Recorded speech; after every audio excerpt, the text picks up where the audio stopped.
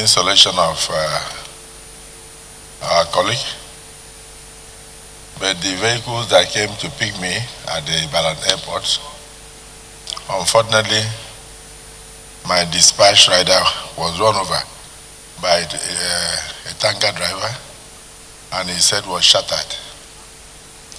So we just buried him 15 minutes ago from Kogi State.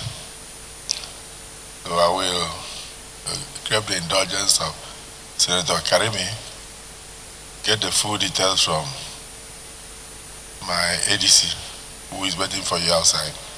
At least, since he worked closely with me, we can give him honor by observing 1 minute silence in his honor. But he had been buried successfully in Kogi State. He left behind 2 wives and 4 children. And by the grace of God, I'm recommending 2 of the senior children for employment immediately in any parasata that may wish to. Otherwise, I will employ them personally in any of my private concerns. May soul rest in peace.